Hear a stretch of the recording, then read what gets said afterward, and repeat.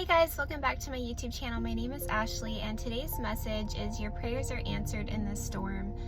So I know a lot of times will hear Christians say like, oh, don't pray for patience, because if you do, God's gonna definitely answer that prayer and you're not gonna enjoy it. Well, it's pretty similar in other areas as well. When we're asking God to heal us or transform us in certain ways, a lot of times we have to go through those obstacles or that opposition, so that the pressure that comes from that, it basically reveals what's inside of us, and it teaches us how to change and how to transform.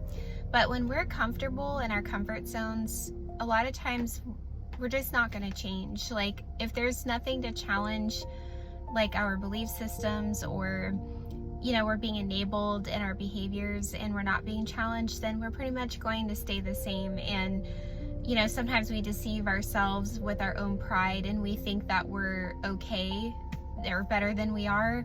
And a lot of times it's not until we really need God in that fiery furnace, in that affliction, that we begin to call out and cry out to God and ask Him to come in and make those changes within us. But for some of us, we've been longing for that for a long time, and the Lord has allowed you to walk through, just a dark season. And maybe you've been in a season for a long time now and you're trying to get out of it. But instead of trying to get out of it, continue to just pray that God would just teach you more from what you're going through and continue to prune you and transform you through that.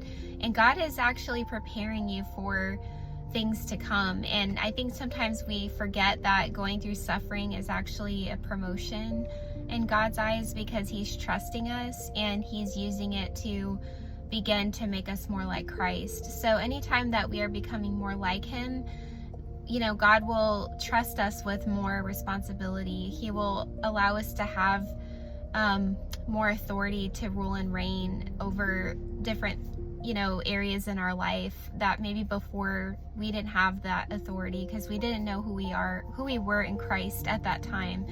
So the more that we trust God in these times where we're struggling and we're in this fiery furnace, and the heat's just not turning down, or maybe it's just annoyances here and there, just overall, that have built up to become like this storm in your life. But the Lord is saying that He wants to come in and use that to change you and transform you, to bring you hope in Him.